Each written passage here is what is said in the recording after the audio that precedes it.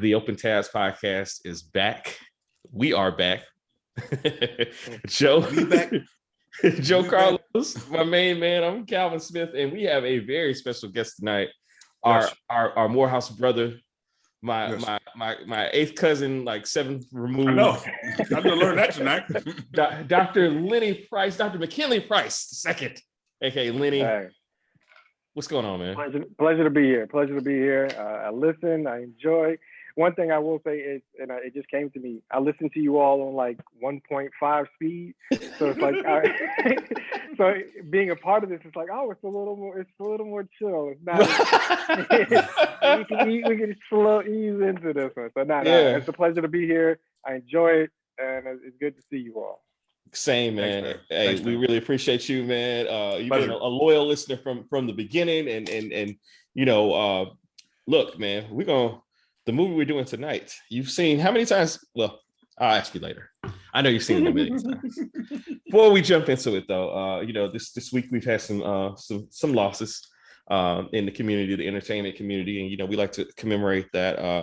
We lost Charles Grodin of Midnight Run, Beethoven's second. You know, I thought he was in Beethoven. Beethoven's second. He's in both of them, wasn't he? Okay. Well, I like how you jumped to this. You jumped to the sequel. I'm sorry.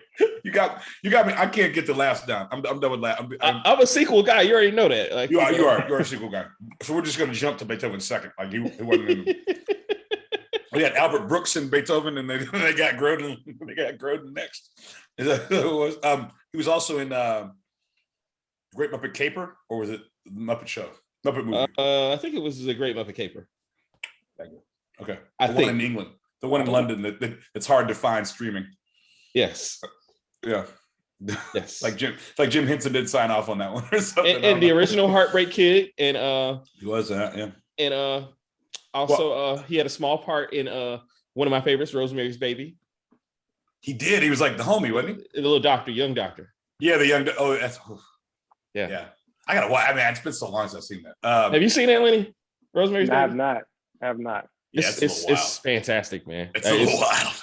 That's what made the Dakota like that. So they shot it at the Dakota, and that's what made it first pop. Like made it hot. But I want to shout his performance out in the film Dave. Yes. 1993's Dave is Murray Bloom. We're gonna do Dave one day, right? We can do Dave one day. Dave is awesome. Please. Okay. Murray Bloom. No scandals. Got my president for 2 months. Not one serious issue. It's a good life. It's a good life for Dave. Sigourney Weaver's kind of a sex symbol in that, you know, kind of in a weird way. Sex symbol in a lot of movies, brother. She is, but you know, so I mean, I get it, but you know, but we get a lot here at the Open Test podcast. We get it, but but shout out, thanks Charles Grodin for the memories, and I'm sure you'll be in the in memoriam. Yeah, I'm sure you'll be in the in memoriam. Yeah, and then also the Black community, man. This one was pretty large. The loss of Paul Mooney, great comedian. Lenny, when did you first see or know of Mooney? Whenever DVDs came out, and I saw it in the Best Buy. I got the Richard Pryor Show on DVD a long time ago. So that's probably my introduction. And then later, once you know things start coming out, then you can start seeing interviews and you can start seeing other clips of him in other shows.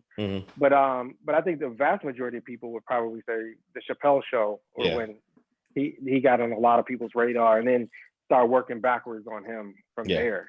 That was when I became aware of him. I became aware of him on Chappelle, and then, like you said, I worked backwards, and then I was like, I watched Hollywood Shuffle. It's like, oh yeah, there he is, and you know, you see him in this, that, and the other. And I know Joe, like in college, we this predates Chappelle, right? Definitely. Yeah, so maybe. Well, look, you boys were off in graduate school. We were definitely watching Chappelle. But I'm saying, like, on Sunday nights, still at Morehouse. Bamboozle predates Chappelle, though, doesn't it? It does, by 2 years. Yeah. So, yeah. That was fall 2000. I know you were big on it, man. Like, I know. I loved him as I mentioned earlier, I loved him in Bamboozled, but actually Tash brought him to my attention as just a writer in LA and a comedian, LA comedian, stand-up writer and all that.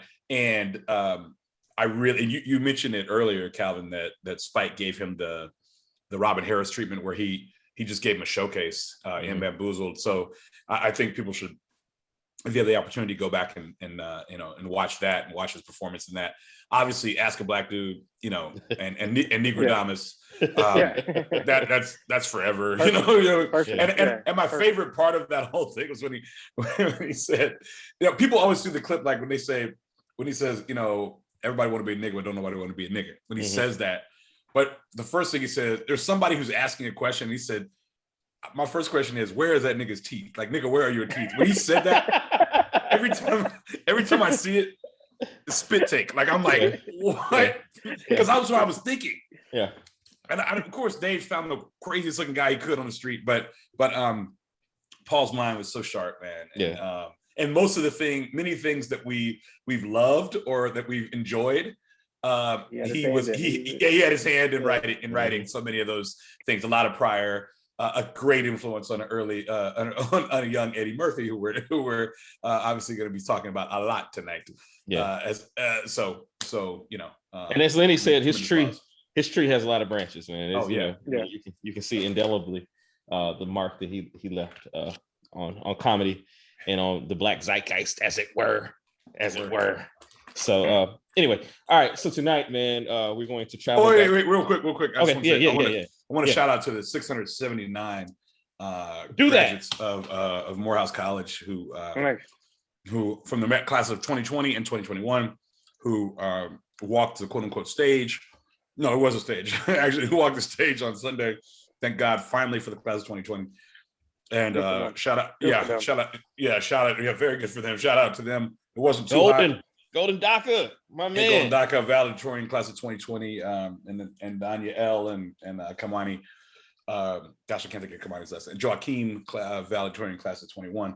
But shout out to them and congratulations, fellas, everywhere. Congratulations to all the graduates everywhere, but most importantly, the Morehouse, those boys from Morehouse, and of course the other AUC graduates. Clark Atlanta graduated the day before. Spelman graduated at the same time. The Morehouse was graduating. They were at Bobby Dodd Stadium, graduating in two separate graduations. But congratulations, to all the graduates. Big stuff, man. Big stuff. Yes, indeed. And I got to hood some young doctors. I saw your. That was a big weekend. I'm here as well. So congrats. We got some new listeners. I turned them on to the Open Task podcast. Hopefully a couple of them are listening tonight, maybe, or whenever they're listening. Congratulations, guys. Proud of you guys. Yeah, man. So, all right, we're going to travel back to a special time, to 1983. 1983 in Philadelphia. It was a good time in Philadelphia in 1983, man. Living was good. It was a big year. It's a big year. Depending on what part of the city you were in. Well, true. I'm sure Amir Thompson, Questlove would have some different things to say. Yeah. So would Wanye and Nate and Mike and Sean. Jilly. Okay. Whatever music's name is. Yeah. Auntie and uncle from the dancers from Kindred, the Family Soul. Morehouse parents, they probably had something to say about 83 Philly as well. But go ahead. Sorry. They were enjoying, Dr. J and Moses, and that was man, what a year. Good spirit. What a year. That was the first finals I watched. That's how old I am. Yeah, first finals. I didn't know what I was watching. I didn't know. Mark Ivoroni and all. It was really only about one guy, and Maurice Cheeks was named Cheeks. I was like, his name is really Cheeks? Mo, because I didn't know Mo was a nickname for Maurice. So my dad would call him Mo Cheeks, and then Moses. Yes. So actually, it's about the three of them. I Yeah. But they beat Magic, and that was painful. They beat Magic. That was very painful. They beat Magic. Yes. Yeah. Man. So this film, 1983, is the second film, the feature film for our man Eddie Murphy. Gosh, he was coming in so hot. Coming in very hot. We're talking about Trading Places. Trading Places. Fantastic movie. There's obviously a groundswell in our internet social circles as well. They're anticipating it. Lenny, what was the first time you saw? When do you recall seeing this movie the first time?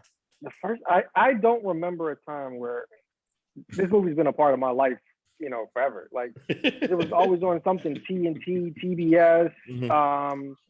It was always it was always on. So I'll see different pieces of the train scene, a little here, a little there. Mm-hmm. So I've always known this movie, but the one difference was I didn't see the unedited version until I was probably in college. So then I had a whole different movie experience. I was like, yes, you did. Isn't that crazy how that happens? And they're like, oh, wait a minute, there's more to this? Yeah, there's a lot more that that right. was not that doesn't make it to the Superstation or whatever it is, So I mean, this is always a movie that I don't remember a time where this wasn't a part of my life in some way, shape, or form. Yeah. What about you, Joe? Man, the Jamie Lee Curtis scene where she's holding herself. I think that was my first real introduction. I don't think it was network TV, and I'm pretty sure, just like Lenny, it was TBS or maybe HBO or something like that. I don't recall, mm-hmm. but so I don't remember the first time. Okay, I do know, and unlike other Eddie films, so I remember the first time for Beverly Hills Cop. I remember the first time for 48 Hours, and then when I tried to get through Best Defense. I remember the first time for Golden Child. I got in a lot of trouble for like watching that, and I wasn't supposed to. But I was not, and I snuck and watched it. But or tried to sneak and watch it. But this one I really remember on tape, and so much like Lenny was saying, I remember it definitely when I got to Howard. I acted. No, I didn't act anything. I'd never seen an unedited version, much like Lenny. Yeah, I'd never seen an unedited version, and so it wasn't one of those things like you were supposed to know, which was cool. Mm-hmm. But when we did watch it, we were all kind of like, well, many of us were kind of in my friend group, we're in amazement, except for my one friend, my main man Dorian Daggs, who knew every line and had it down pat and was really knew it. And when I told him about tonight, he got extremely excited. But in addition to that, I just want to say, when I got to Morehouse in '96, I wanted to go rent a movie, right? So Blockbuster, I rented School Days, and I wanted to rent School Days and Trading Places. I walked to Blockbuster. That's a long walk, brother. I only did it once, so we know where the three of us know where Blockbuster is or was.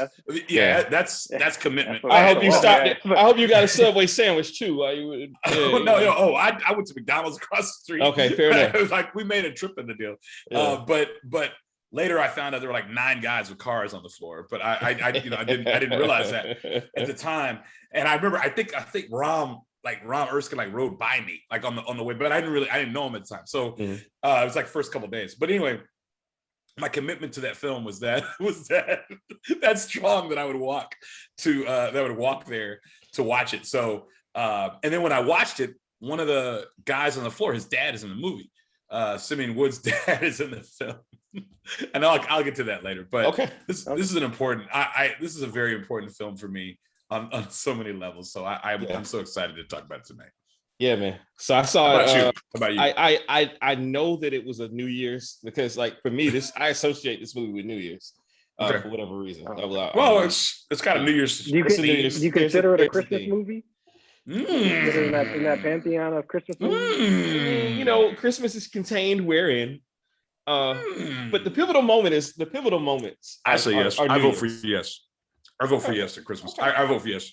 Okay. But go ahead. For me, this is up there with Elf, A Christmas Story. Do you watch it at Christmas time? Do you watch it at Christmas time? Okay, so it's in that canon. It's in, like, those are the movies: Elf, Christmas Story, Trading Places, and Home Alone. Got it. But that's my rotation. I'm pretty sure TBS was playing this. It was in their New Year's slate of movies that they would play all day on New Year's.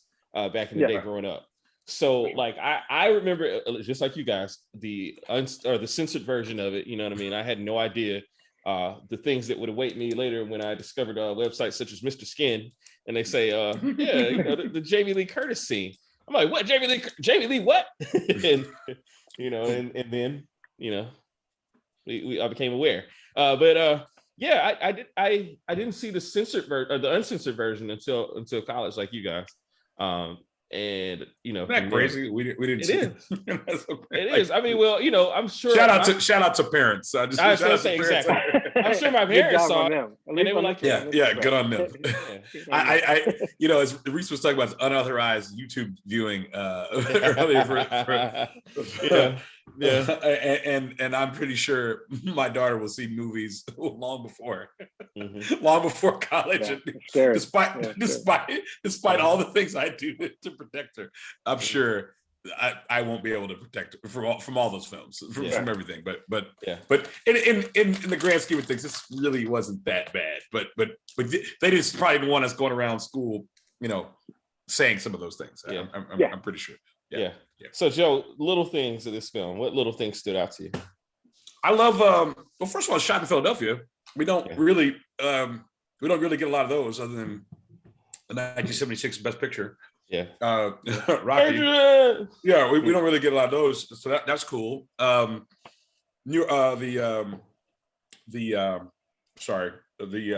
Twin Towers. Definitely part of that when it come in, and when it come to New York. Yeah. You know what? Actually, damn, I do know the first time I saw this. Golly, 1989, Boy Scout Jamboree. I was National Scout Jamboree.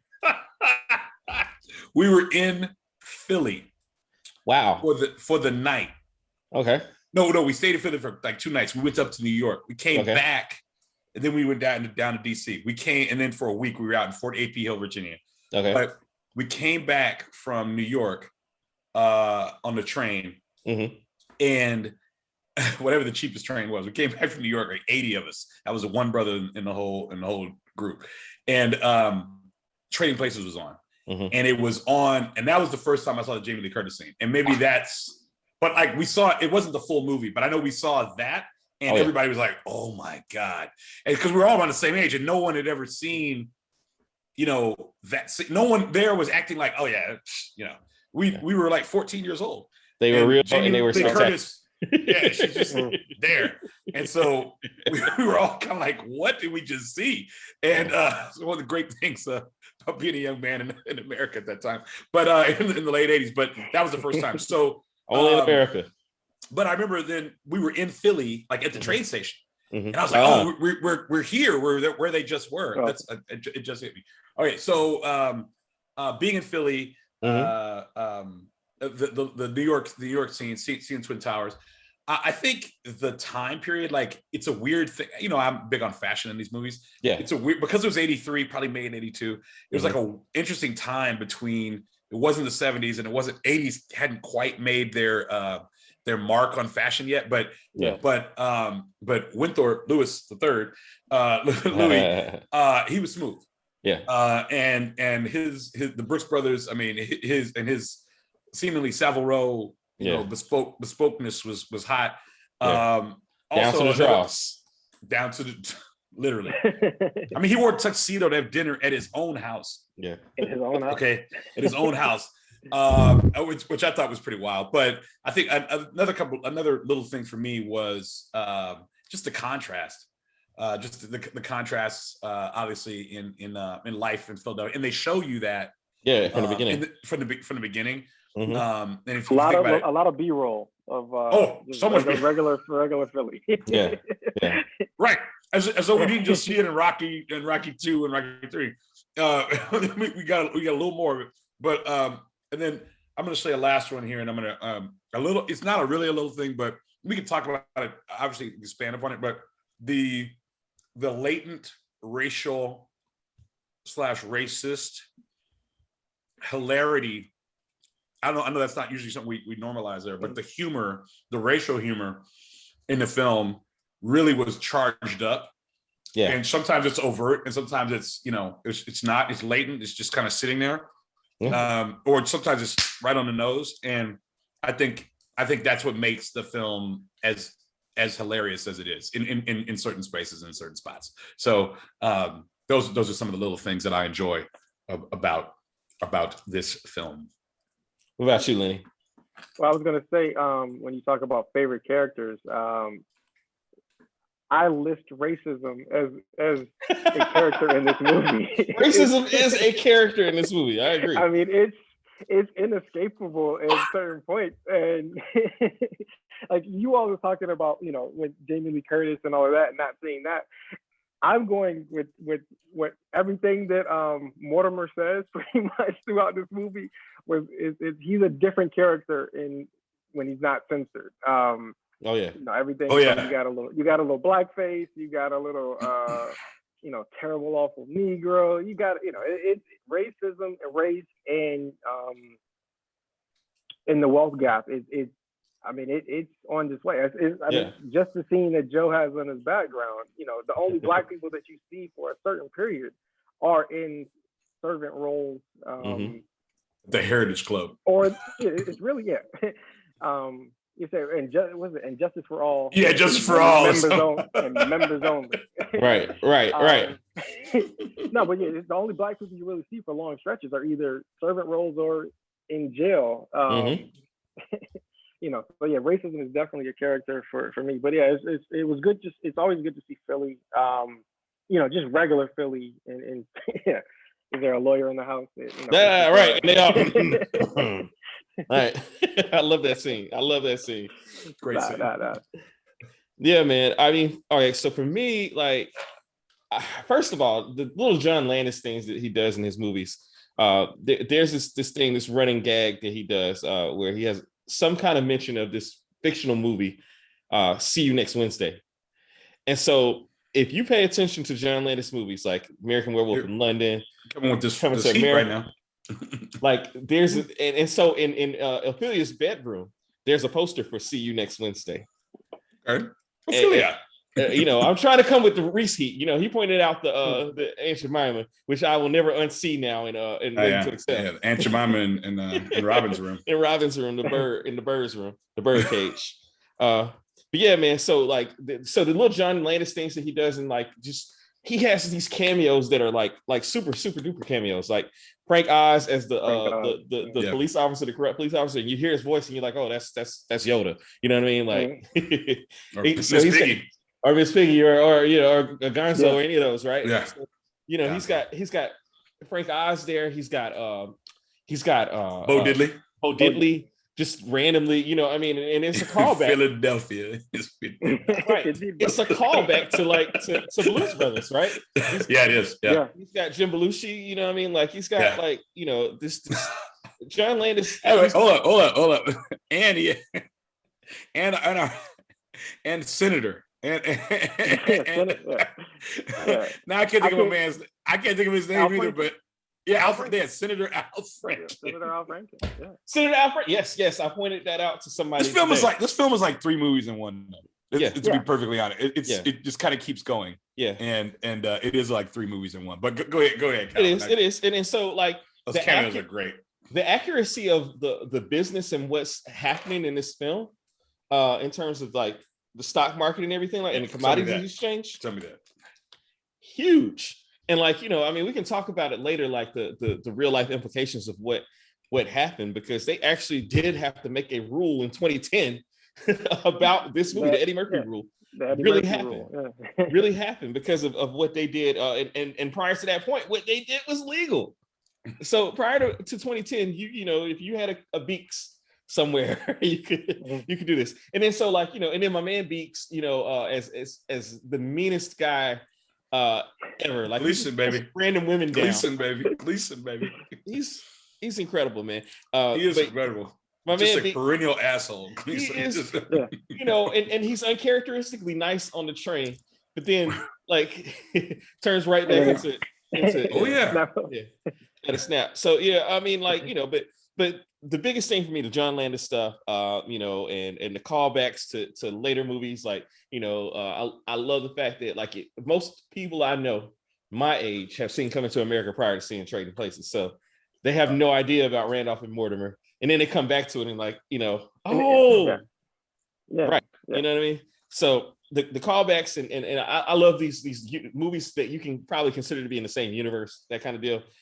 I'm a sucker for that kind of thing.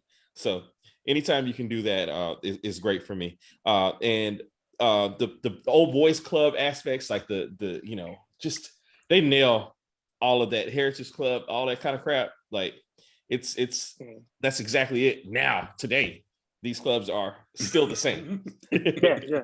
Today, it might be a slightly different makeup, but not much. Not a big difference. No. And this movie's basically 40 years old. Yeah. If you think about it. Yeah. It's crazy. Yeah. So Lenny, who are your unsung heroes from the film? I know racism is one of them. Racism. And racism is so undefeated. I mean, I have to go with I'll give you two. One, looking at the characters and stuff. Shout out to Clint Smith. Thank you for doing this, Lenny. And what was his name in the movie? Do-Rag Lenny. That's your new name. Do-Rag Lenny. So yeah, he was the guy in jail with the do-rag who said, "What is you, ignorant?" That was his guy. And I did know when I was looking at stuff. He was he was a barber in Coming to America. No, he did not. No, he did not. So Clint Smith is in almost everything that he's done. Like, that's his and Saturday Night Live too. Yeah, he put his boy on. Like, he put his boy on. That's it's love right there. Yeah.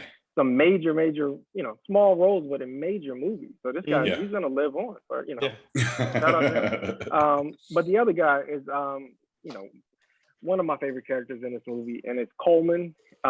Yes. Just cold-hearted Coleman who at the drop of, from a phone call becomes a completely different person, ices my man out, but then comes back to save the day. But I mean, Coleman, you talk one phone call and he's a servant for the guy that does everything, making breakfast and crepes and fresh squoze orange juice and grandma ate crepes.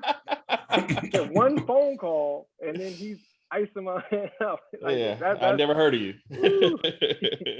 Super cold. I never even had that happen to me at Spelman. I don't know, man. Like I at least get a head nod on Monday, Friday.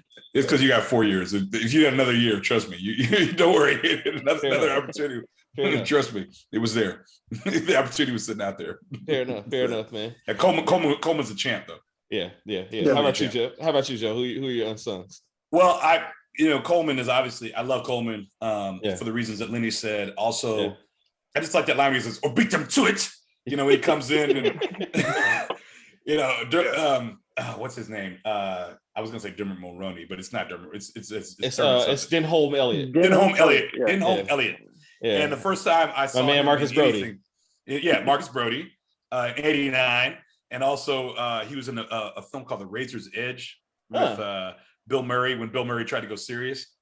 And it was really interesting, really interesting film. But nonetheless, so obviously Coleman's the man.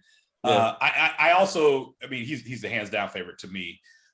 Lenny bringing up racism as an unsung hero. I think the film doesn't work without it. I mean, if you think about it, it's literally he's reading Scientific American.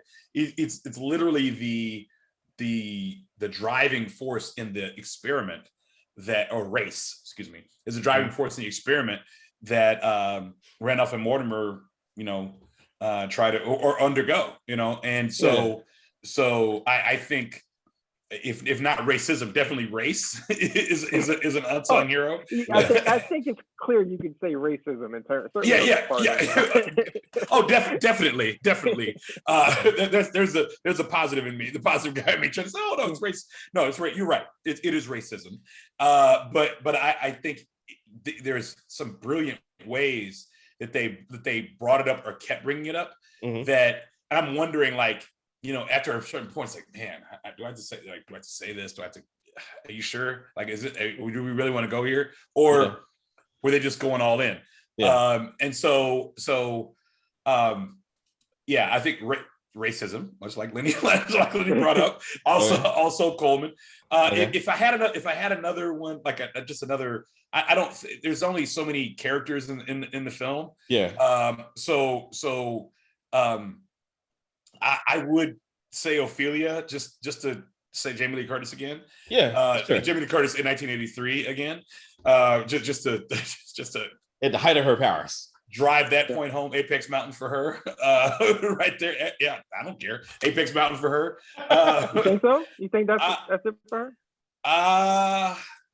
It's either that or True Lies. Perfect, or Perfect. So you like True Lies? Really? 10 years later? Yeah. You think so? Yeah, I think she had a whole new Halloween or A Fish Called Wanda. That would have been okay. Yeah. Okay. Fair enough. Okay.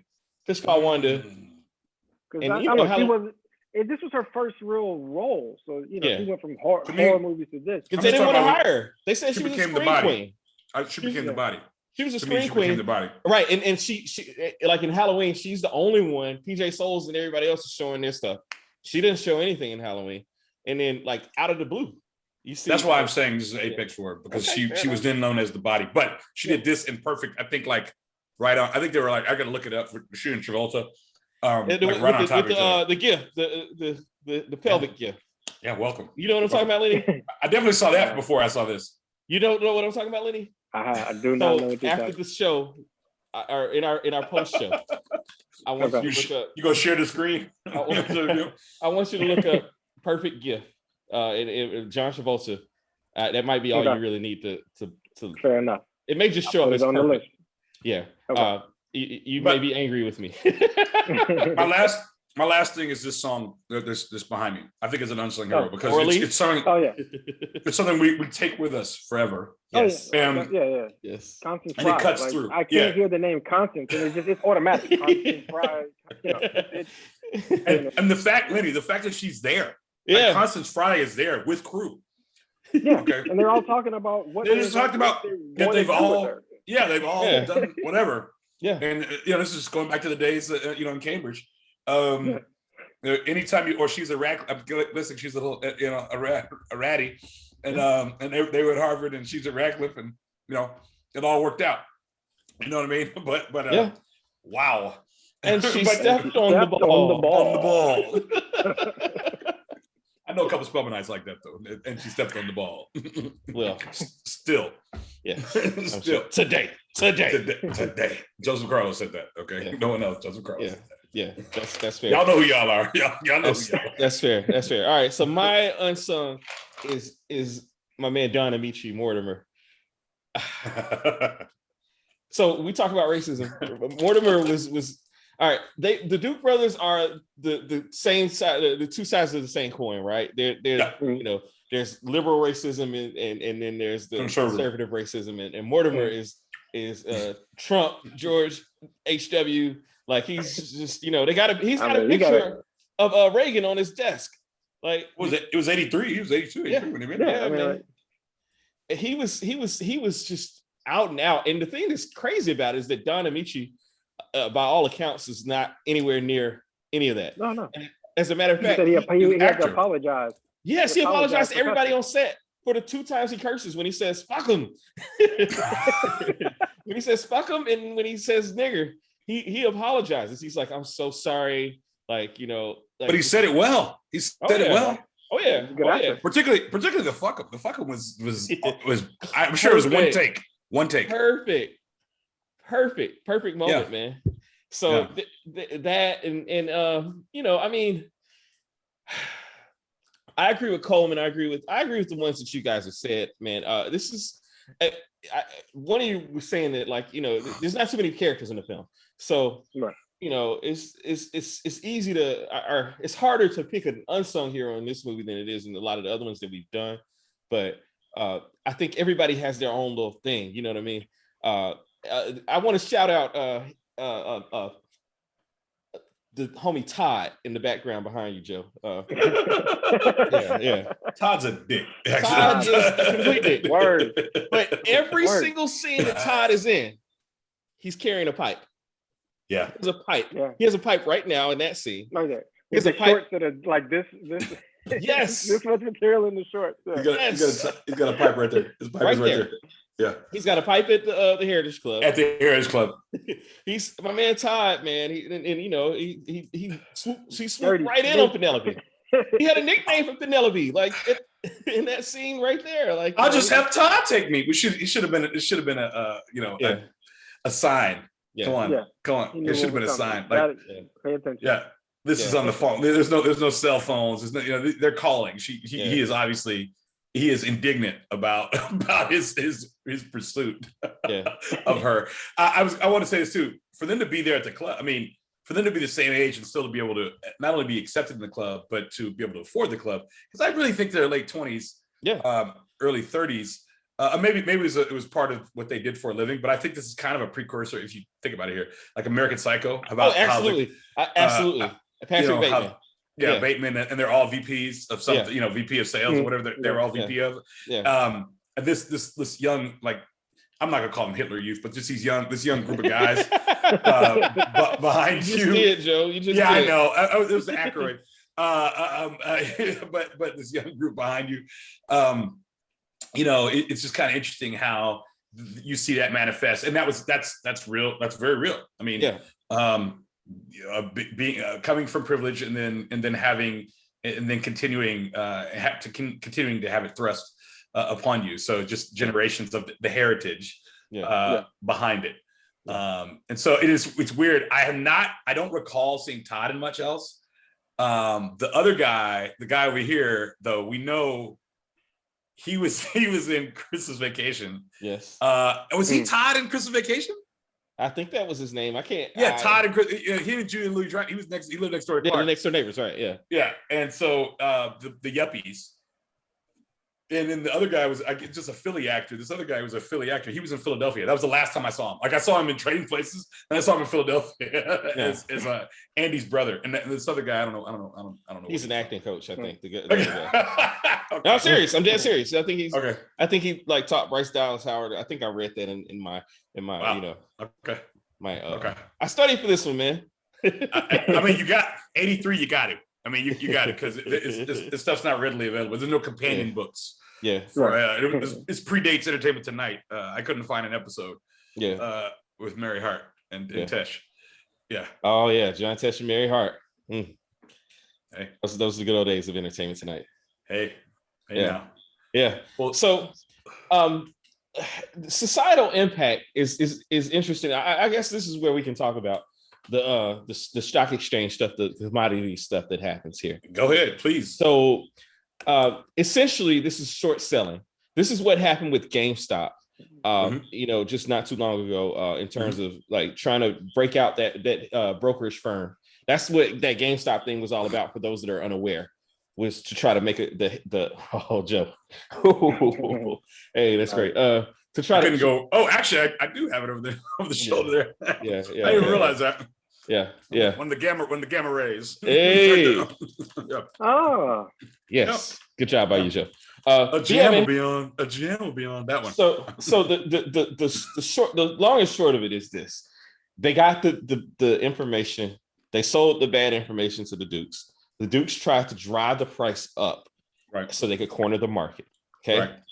Billy Ray and Louis knew that the information that they were going to get was that there was a good orange crop, and that was going to drive the prices down. Right. Because a good orange crop means there's going to be more orange concentrate out there. Okay. So and a crucial line that when he yells out that unintelligible, what he's yelling out is 30 April 142.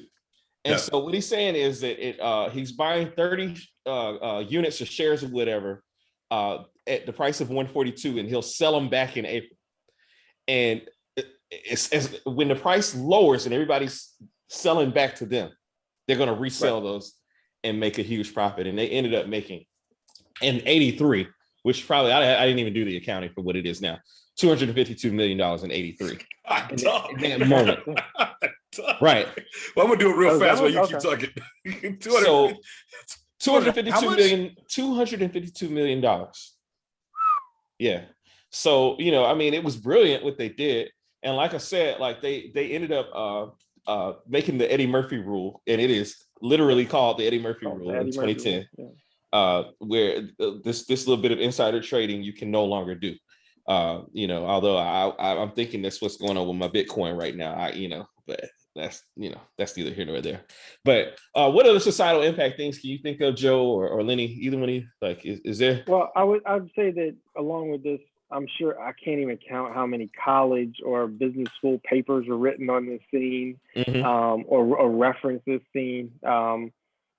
Because when the game, like you said, when the GameStop stuff started happening, this is the first place my mind goes. Where they're just trying to jam up these people who made these ridiculous positions. And shout out to not putting all your eggs in one basket, because I think they took $394 million from the from the Dukes. We don't have $394 million in cash. And shout out to our white privilege for thinking that you could say, turn those machines back on. Put back in here. Just exchanging hours. Like, hey, I was wrong. I want a full investigation. Like, know how wrong you are. That you tried to corner the market and corrupt the system. But I demand a full investigation. Like, no, sorry, Holmes. Yeah, no, man, not happening today. And you can just see you can see the glee and just when those dudes come around the corner, from the escargot guy and those people. Yeah. When they come around the corner, they know. Shout out to the escargot guy with the low. Man. The Jerry the King Lawler beard, man. Yeah, man. I forgot about that dinner scene. That scene is so great because like they tried Billy Ray in that moment. They're like, so and then it gets quiet. And he nails it. Like Billy Ray is just on point, man. He was like, Eddie could do no wrong. Eddie could do no wrong. He was a rocket ship on fire. Like it just didn't matter what he did, where he was, what scene. And then when they laugh and you see him outside, he just does this thing where he smiles like that. Yeah. And Aykroyd's outside and it starts raining. In the rain. Just defeated. Just a defeated man. Completely defeated. There's a scene in Stripes. Actually, when it just starts going downhill for Murray, and he quits the job. He comes home. They've repossessed the car, and then the girl leaves. And it's just the music is just horrible. It's just slowly getting worse and worse. And that's over a series of that's over 10 minutes. This happens in like one scene for Aykroyd. It's like, oh gosh, I can't. He's charming the same people that I used to pal around with. Like he's got my entire life, and I can't take it. So this horrible Negro. This horrible, awful Negro. It was the Dukes. Yeah. I mean, so they were right though. He was right. Yeah. Mortimer was right. No, Randolph was right. Randolph. I'm sorry, Randolph. Ralph Bellamy. I'm thinking Randolph was right though. Yeah, he was absolutely right. Take him out. This guy's no better. I mean, he's saying it, right? Yeah. He's saying that there's no difference. The old nature versus nurture argument. He's going to win the Nobel Prize. Yeah, I mean, if he gets out of the hospital, right? Yeah, right. Right. But yeah, man. That was a systemic. You asked me the systemic. Well, the societal impact thing there is it proved. The experiment proved nature versus nurture. Yeah. Which we know is given a chance. We could. All you need is a chance. All you need is a chance. You all, the two of you in your professions are the daily living embodiment of that. But all we need is a chance. But you see, and you see how quick Eddie flipped the script on. He's like, when people do that, you got to put them away. Believe me, I know these drugs. Well, these drugs. What do you say? Something like, you think just find these on the street? No, come on. And then he try to. I love how he pockets and then he goes to smoke it. Yeah, luckily in the bathroom. That's what he finds out about. That's what he finds out about the bet. Yeah, a dollar. $1 dollar bet, man. Thank you, Lewis. Have you ever made a dollar bet, Lenny? I mean, it's been a long time since I made a bet for $1. Actually, I don't even think so. It's five. If I'm a gamble, I need to, $5 is usually the minimum I'll go. Right. But imagine ruining someone's life, turning everything upside down for something that is not going to affect you in any way. None. You're not going to notice that dollar in any way, shape, or form. I mean, it goes back to when he said, he says, your mom always said you were greedy. And she meant that as a compliment. Right. Those Duke brothers, man, they were evil, man. The Duke brothers were pure evil. They were pure evil. Yeah, man. Yeah. No, Antoine always makes dollar bets. Does he? Dollar bet. Yeah. Dollar bet. About very, very important things. Very important things. That sounds like the great Antoine Bell. That sounds like him. About very, very important things. Oh, you know who else has a small cameo in this film? Who's that? Is the brother on the dock. He later married Hosea Williams. Portia? No. He married Hosea Williams' daughter, and they're both actors. He was a president in Drumline. Okay. I get, but he's on the dock. He's on the dock when they argue about the gorillas. When the gorilla's like, look, they look like they're in love. The other guy that looks like he's like a lost Belushi. One gorilla, two gorillas. Yeah. And they're both, exactly. They're both on the dock. I see that as I'm looking for screen caps now. Totally forgot about that, by the way. I don't know if it's a cameo. Brother was trying to get some work. But Beeks really got it the worst. Truly. There's no question that Beeks got it the worst. Yeah. I forgot Coleman had a lady at the end. He did. Yes. Crab and lobster. She was like, well, why can't we have both? Why can't we do both? We got both. Probably man Coleman, man. So the money, the inflation calculator, it says in 1983, 252 million in 83 ends up being $675 million now. Wow. In a day. Wow. Good for them. Yeah. Good for them. Hey, man. Yeah. That's a nice chunk for everybody. Yeah. And then that Ronald Reagan looking guy is the one who asked him who said margin call, gentlemen. Yeah. That's great. You know the rules. It's phenomenal, man. All right, so I was watching it. By the way, folks, you can stream this on Stars. It's on Stars on demand. You can probably find this most places. It's pretty widely available.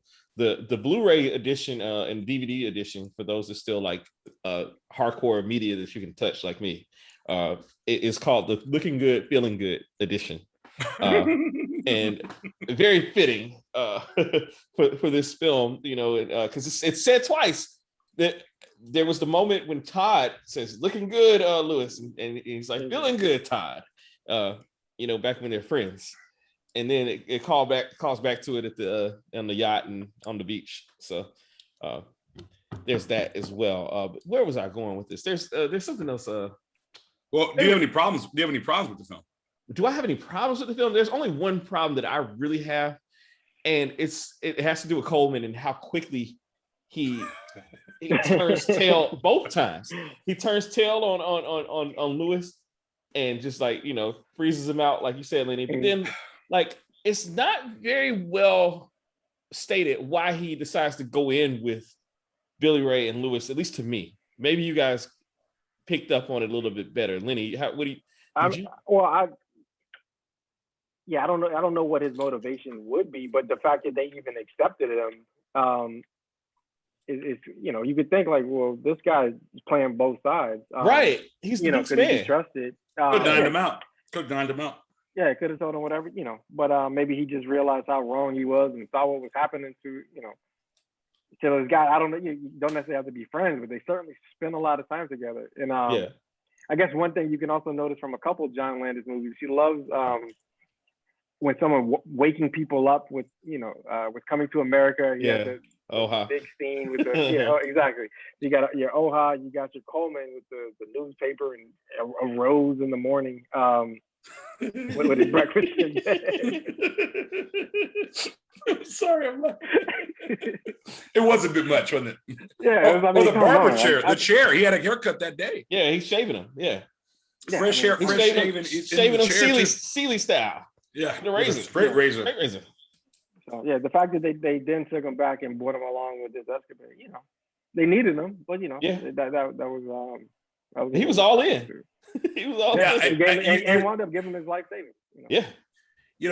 To your point, it would have been nice to have a scene to where I mean, he just came in and said, "I'll beat them to it." It would have been with nice eggnog. Would you like the with the nice eggnog? It would have been nice to have a scene but maybe the aggression in his voice was fatigue with having been, for all we know, that might have been the 5th or 6th or 7th time since he was in the Duke's employ that he's been part of some scheme, some nefarious. some nefarious scheme. And all he said was, I'll make the arrangements. Like so it's your house. Yeah, it's your house. And okay, and then he says, "What an asshole!" At the end, you want me to break something else? No. He was with him there, man. Lenny, I think you and Joe are probably right, man. What nitpicks do you have about the movie? Oh, wait. I gotta go with my favorite scenes after nitpicks, but like you said, it was a little quick.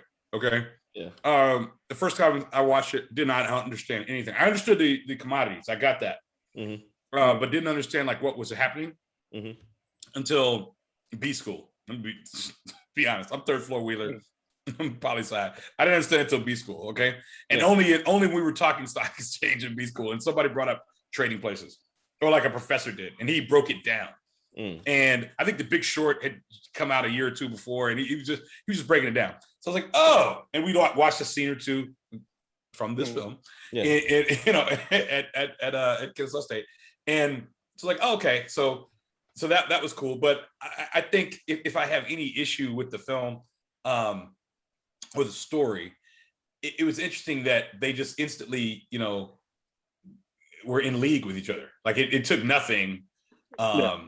For them to be in league, just like to all jump in and all join forces, and that was it. And they instantly trusted Ophelia, who's just as keen and streetwise, obviously, as Billy Ray, the hooker with the heart of gold. The heart of gold.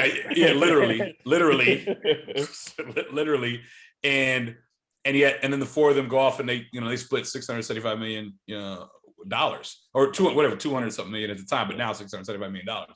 And live happily ever after on their own island somewhere. And so as evidenced by and then they pick her up. Congratulations on that, by the way. Still works. Notably, not one of the chicks from the bar, but her. Not one. Not one of the random titties. No, so I don't really have any. Yeah, I don't really have any other problems with the film, but I want to say favorite scenes. I've just got. Hold on, my bad. Two little things. One, my favorite scene, or I guess I'm tying into this, is that Christmas party, and how when Winthorpe goes in, tries to set up, drops all the drugs, and then leaves. He jumps on the table with the white shoes. Look at the white shoes, and then he leaves. But by the time he gets down, I don't know, the stairs, I don't know how long he was in that building, but he went from sober to full on fall down drunk. Face, right. That is a problem. In a very, very short period of time. But then two, when you talk about this carrying on, I mean, how long did it take to break him? My light went up.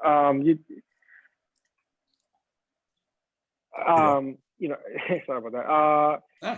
It was what, a week? I mean, maybe 2 not weeks? even that. Not even that long. And he, he was a broken man that tried to kill himself, and he couldn't. Tried to kill himself. Very fragile, very, very fragile, man. He shot himself. Right, it didn't work. You talk. Yeah, we went from the top of the world to the bottom in about 2 weeks. And was ready to finish. Yeah, man. Yeah. No, that was a real quick descent into madness. Yeah. Despite living with Jamie Lee Curtis, right, in 1983, it's what did she say? It's cheap, but it's clean. Right. And I own it. And I own it. It's mine. It's mine. Yeah. You know these people? You wouldn't believe where I've been. So Joe, talk about your scenes, man. Okay. I'm sorry. I could just go for it. There's an episode of The Office where the new Jim, Pete, and I know how you feel about Pete, but the new Jim does the entire Die Hard, you know, for Ellie Kempner, for Aaron. And that's how I feel about this movie. But if I'm gonna do it in chronological order, my favorite scenes in chronological order. Okay. Definitely the Porgy and Bess, baby. You ever see Porgy and Bess? You know, man with no legs, you never go back. We can make it. We can make it. And then he says what he says. And then when he's in the park with the police, and he said, you were in Nam, and all of a sudden he's doing his Stevie Wonder. Yeah. His eyes are going everywhere, saying bang, saying wong, wong. I was over all the Kongs. Green Beret. I was a special unit battalion, whatever he says. And then his leg, I got legs, I can walk. And he's walking, and it was so stupid what happened. Like the police saw him. Yeah. They saw him. They know he didn't do anything. Yeah. I mean, it was just so stupid, right? But he ran. So then they were still watching him from the little park. Yeah, they were. Right. You know what I'm saying? So I didn't want to go in there past from both sides. Yeah, from both sides. Like everybody, because why is he on this corner? You know, at that time anyway. So, but in the club when he asked for Ezra, when he says, you know, he gets the $5, the tip, and I love that. But and then real favorite scenes. I'm not gonna go through the whole film, of course. I'm gonna stop. I'm gonna stop doing that. But when he goes back to the club. Oh, excuse me. When he's trying to figure out like. When Billy Ray is in the cab in the limousine with Randolph and Mortimer in between. No, I think and he looks around and he goes up and he asks the driver and he says, "Nah, this is legit. This is legit." He's like, "No, I think I can. I think I will hang out with y'all fellas for a little while. You know what I'm saying? I think I will." And he said, "Because this type of shit happens to me every week." You know, he says that. And he said, Randy Jackson. He says, I suppose so. I guess so. And it was Morty daps him up, right? And Michi's a dancer, man. He's fluid, baby. You know what I'm saying? Yeah. So it's like Brother T's calling me. Golly, here you go. So my last two favorite scenes in the film, or just lines, when old girl, when he's at the party, and he's sitting there and he's watching everybody like mess up his house. And she said, the woman said, "You're just so fine now, Billy Ray." Now he said, I am. You're so sexy. He said, "I am sexy." And sometimes, or maybe he's at the bar, he's like, "Sometimes I have to stop and talk about my sexiness." Or he said something like that. And it's like, I used to say that throughout college, but I vividly recall after some gentlemen became alphas in December of '98. I vividly recall being at Market Friday. It was on a Wednesday or Thursday. And I recall being at Market Friday and hearing a woman literally say the exact same thing I heard in Trading Places and falling to the ground, laughing. When the woman said, "You're just so fine now." And I was like, what? Wow. I'd never seen this. I'd never to say this to a friend of mine. Only in the movies. Only in the movies, but I saw it happen at Lower Manly. Okay, I literally saw that happen. And so to witness that was hilarious. My last favorite scenes was my last favorite scene in the film is later. I mean, it's silly. It's a silly scene. But he's in the jacuzzi. They bring him to the house. And he just starts singing, "When you think of love." I don't know what he's saying. And Randolph says, "They're musical people, aren't they?" And then yes. And like Coleman's just looking at him like, "What should I do with these clothes?" And he said, "Well, just clean them. He'll need something to wear back to the ghetto." Back to the ghetto. I fall out of my chair every time. So Joe, right before that though, when they turn on the bowls and everything, he's like, "Oh man, we used to have to fight to make the jacuzzi." Oh man! All right, Lenny. So small. He's just so small in comparison. It's so weird. Love it. Sorry. Favorite scenes, Lenny. Favorite scenes. I have to go. Like I said, the Christmas party into Lewis getting on the bus. And for me, Christmas starts the second I see him pull the salmon out of the salmon suit and start eating it and just grunt at the people with the beer and just grunt at the people. To me, that is when I know that Christmas has started, when I see that scene. Like when I say this movie is in heavy rotation, it is in heavy rotation. Lord. Oh God. The salmon, it's so disgusting and it's so perfect. When he goes like this, the whole thing. Yeah. And just took the whole thing, and the brother looks at him. Because the guy was about to reach for it. Look, like, what is? That's my boy Simeon's dad. The brother in the scene is Simeon's dad. Later he speaks to Duke. But go ahead. Later in the train. Merry Christmas. The train ride. I mean, just that whole scene, just that scene with in that stealing the cardboards, and I just you find out that Jamie Lee Curtis just made up that accent because she couldn't do a proper Austrian one. She's wearing lederhosen. Like everyone was I'm from Sweden, yes. Like, follow along, play along. Which also had a little bit of blackface. I'm from Virginia, so that's one thing. You shout out a little blackface every once in a while. Wow. So one little tidbit: if you stream this on Stars, the disclaimer when they're talking about like nudity, yada yada yada. One of the new things they have on there now is outdated cultural depictions, and that is what they're referring. That is what they are referring to. Outdated cultural depictions. Is a new. I want to see Blazing Saddles on Stars. I want to see if they slap that on there. It's gonna be pages. Right. Okay. You talking Blazing Saddles? Yeah. What other scenes, Lenny? Do you have any other scenes that? Well, and back to the party, just from the fact that a day earlier, or maybe even that day, he went from jail to now he was kicking people. He's concerned about the noise and his neighbors and people putting out cools on his floor. Yeah, and that just for that one line, who putting out their cools on my floor? This rug is from Persia.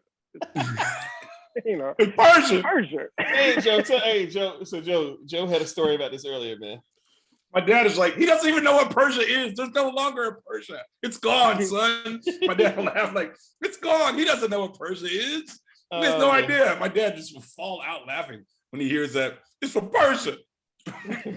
like they're supposed to care. You know what I mean? I mean, he was just throwing a $35,000 vase, and now now he's all read up. Yeah, he's all read up. So for me, I mean, the scene that I had up earlier, the scene where Lewis is coming to Ophelia's apartment with the groceries, and he had just seen Billy Ray in his Harvard tie. He had on my Harvard tie, like, oh sure, he went to Harvard. I love that. Which is racist. So racist and so funny. Yes, that scene is incredible.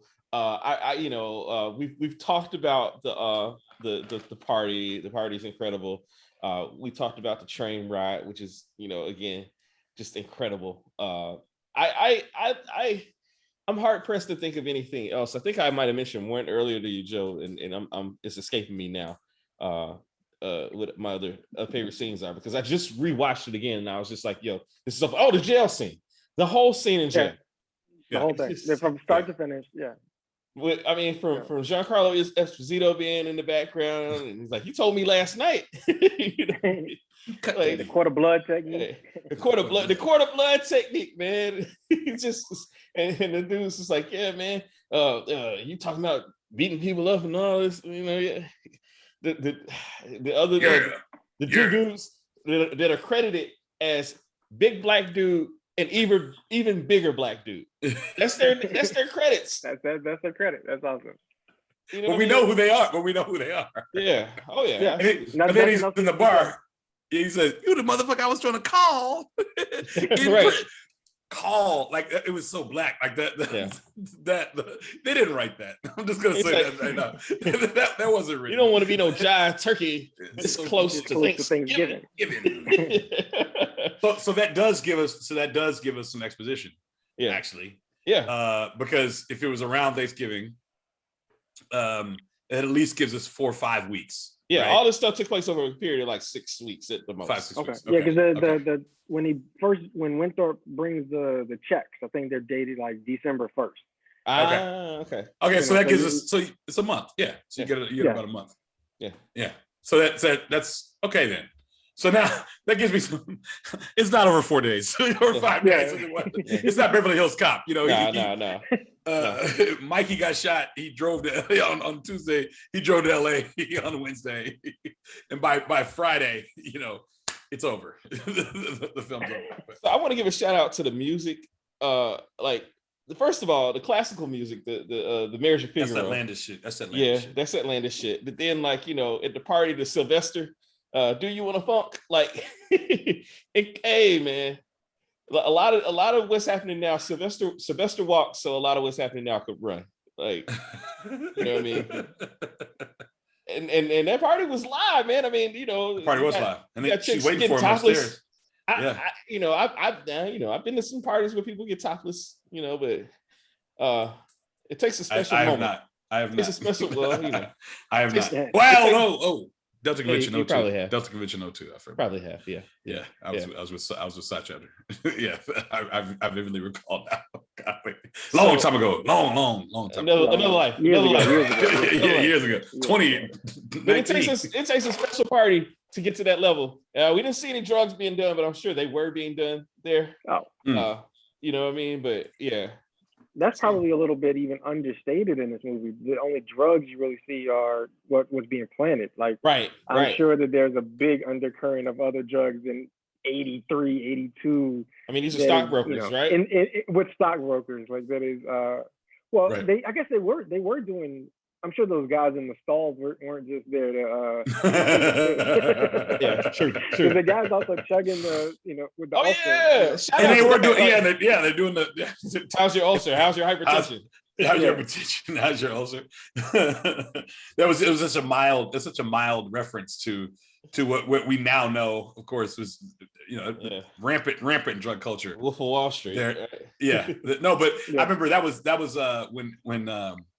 when the critics were messing with Spike about Do the Right Thing, and he countered. He's like, there were no drugs in Wall Street when there really were. I mean, but I think the Bud snorted a little coke off of some key body parts of a woman, but only Bud, and only in one scene.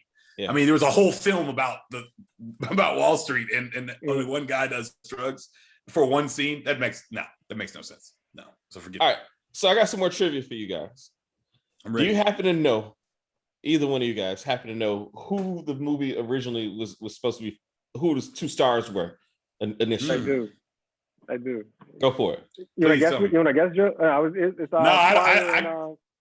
Pryor and Wilder. Yeah. But I think that was right when Pryor had his little I got burned. Yeah. I like this. These guys were younger, and it's far more believable with them. Yeah. No, it works so much. And their SNL, even though they weren't on at the same time, there's a string, a commonality, and a shared experience for their professionalism, and they were ready for prime time. Yeah, they're Lawrence. I don't see Wilder doing what Dan Aykroyd did in this. No. But I love Wilder though. Yeah, we love Wilder. I couldn't agree more, Lenny. I love Wilder, but I don't see him playing this wasp like this Canadian Dan Aykroyd did as well. I couldn't see that. It's a different film. No, I agree. All right, so here's another little bit. Who was supposed to play Beaks? I don't know that. Was Belushi? Belushi was supposed to be in it as well. I think Belushi was actually considered for the Aykroyd part as well before Aykroyd, which wouldn't have worked either. That definitely wouldn't work. No. But no, it was G. Gordon Liddy was supposed to be Beaks initially. What? Yeah, man. With the mustache? That was crazy. Like he was out of jail by then? Yeah, and he had agreed to play it. Somebody was reading. Beaks was reading his autobiography. He was reading Liddy. He was reading Liddy on the train. Wow. Yeah. But again, Paul Gleason is perfect, man. Yeah, Gleason's the perennial. Just, I think he's only been nice in one. I think it was like Van Wilder. He was misunderstood but nice. Like, man, you passed my class. I think he's only been nice in one movie. This isn't really trivia, but I'm interested to know how many people did Beaks throw to the ground, or cause to fall. 3 or 4. Yeah, man. Like it had to be because like on the way to the train, like he knocks people out of his way. There, he's on the phone. He tells the woman to fuck off. Yeah. What's wrong with you, man? I know you're supposed to be this tough, but good God, you don't have to be that much of a jerk. I mean, I mean, content to be. What was it in the Goodfellas? He's content to be. I thought it was content to be a jerk. I think it's content to be a jerk. I'm pretty sure it's content. But in Italian, it's much nicer. Yeah. As Mama Scorsese says. Yeah. But yeah, that dude was just on one, man. I mean, truly. Like it's like he was auditioning for the Breakfast Club at that moment. Like it was going to happen. Yeah. One last thing. So Muffy, one of the girls that they're singing to. Muffy. That's Jamie Lee Curtis's sister. Okay. Yeah. Kelly Curtis. That's cool. Yeah. What was her name? Kelly Curtis. Kelly. Oh, Kelly. Kelly. Kelly. Never heard of Kelly Curtis. Okay. So was she that stepped on the ball? Yes. Awesome. And she stepped on the ball. Yeah, that was Jamie Lee Curtis's sister. That's Jamie Lee Curtis's sister. Had no idea. Yeah. So that's all I got. I wish we'd see more from the sister here. I really do. Yeah. Who is she? Shout out the British Virgin Islands. Yeah. Maybe he picked her up down there. And shout out to normalize wearing sweaters, fine gauge sweaters on the beach with of course, knowing Eddie, he's definitely in some Speedos there. But I don't want to normalize that. But definitely the sweater on the beach, Eddie, is one of my favorite Eddies. I've never been able to pull that off, by the way. And somebody I was watching it with said, "Why is Coleman wearing a suit on the beach too? Like he's got the white suit on." Hey, that's his comfort zone. He's been in service, man. That's just who he is, bro. Yeah. Because he looked like he was working. Yeah, he looked like he was working, and then then we saw a tattoo come up out of nowhere and take the order and run back. Yeah, ready to go. Yeah. Yes, indeed. What do you think happened after that? Like, what do you think they? I mean, do you think they lived down there? What do you? I always wonder, like, what happens after? What do y'all think?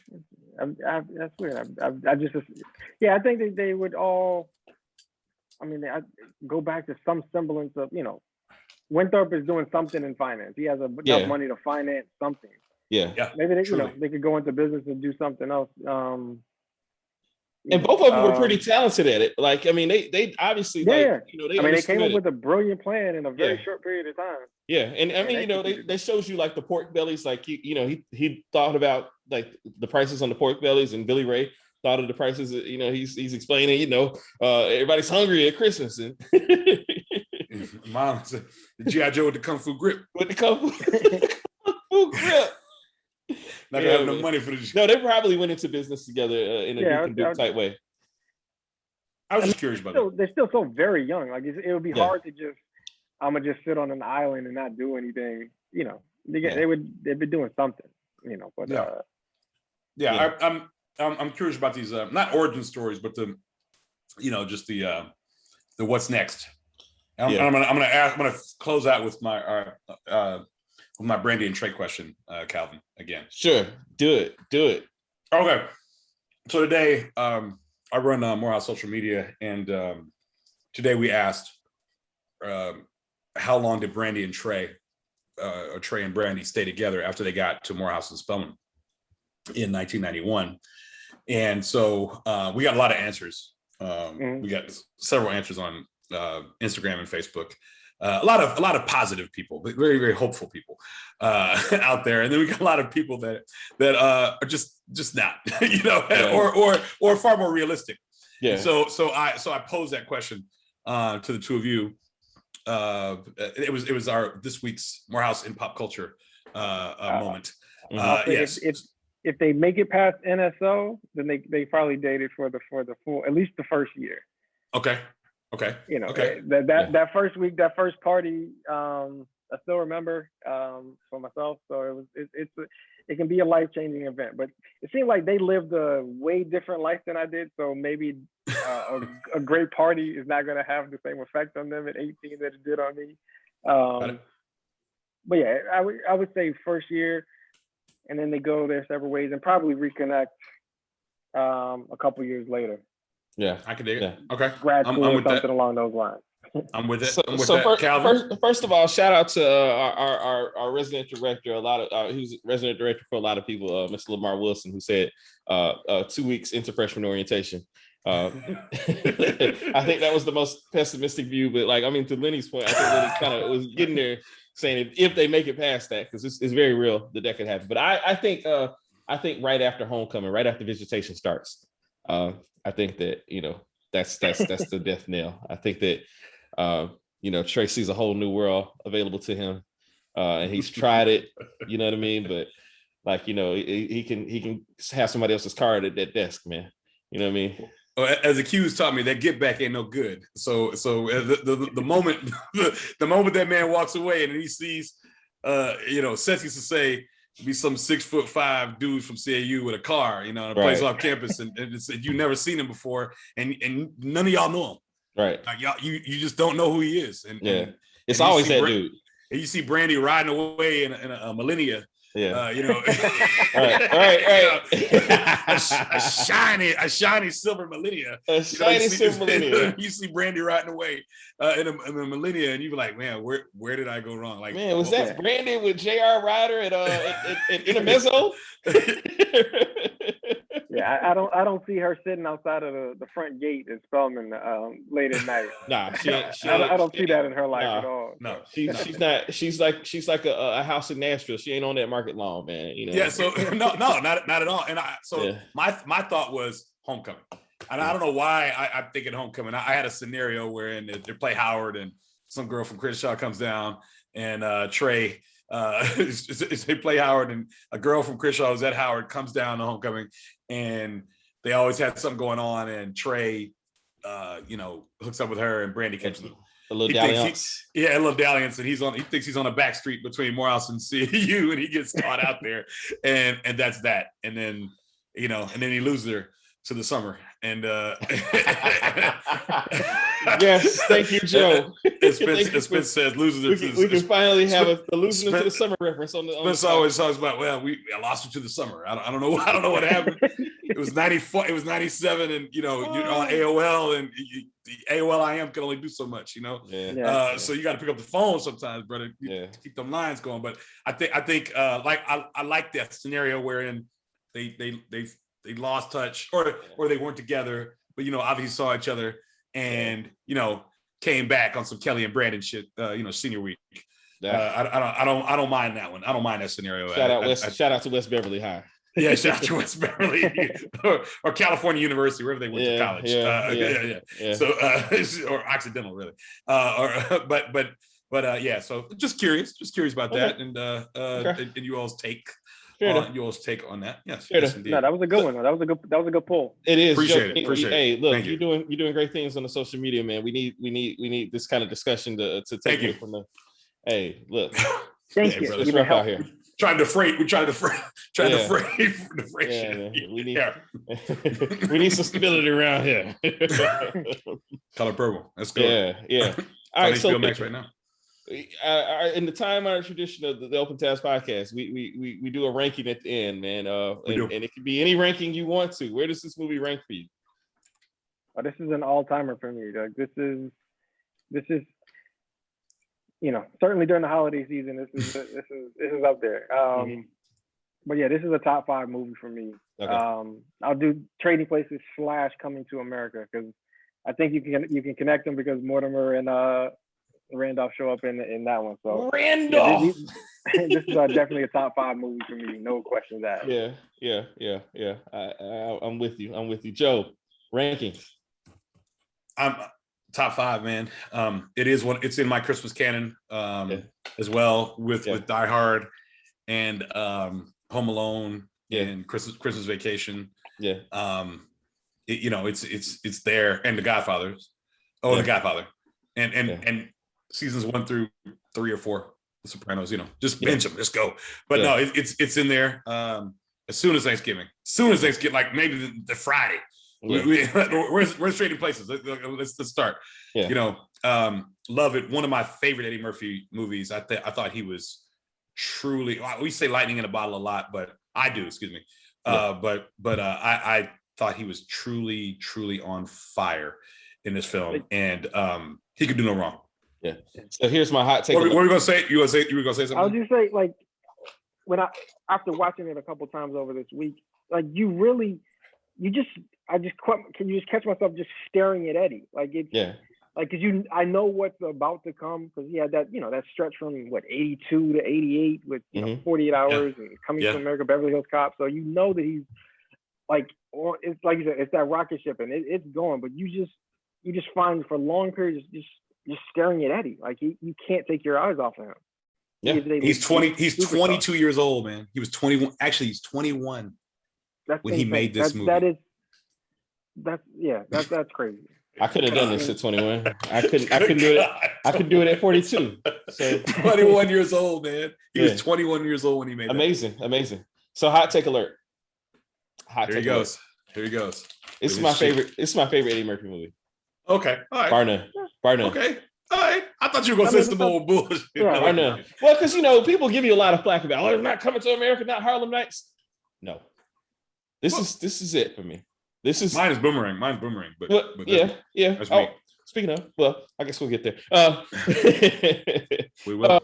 Man. This is it, man. All right, so for me, I guess I'll expand on the hot take, because this is where it really is controversial. So for my Eddie rankings, I'll pull out the Eddie rankings for y'all.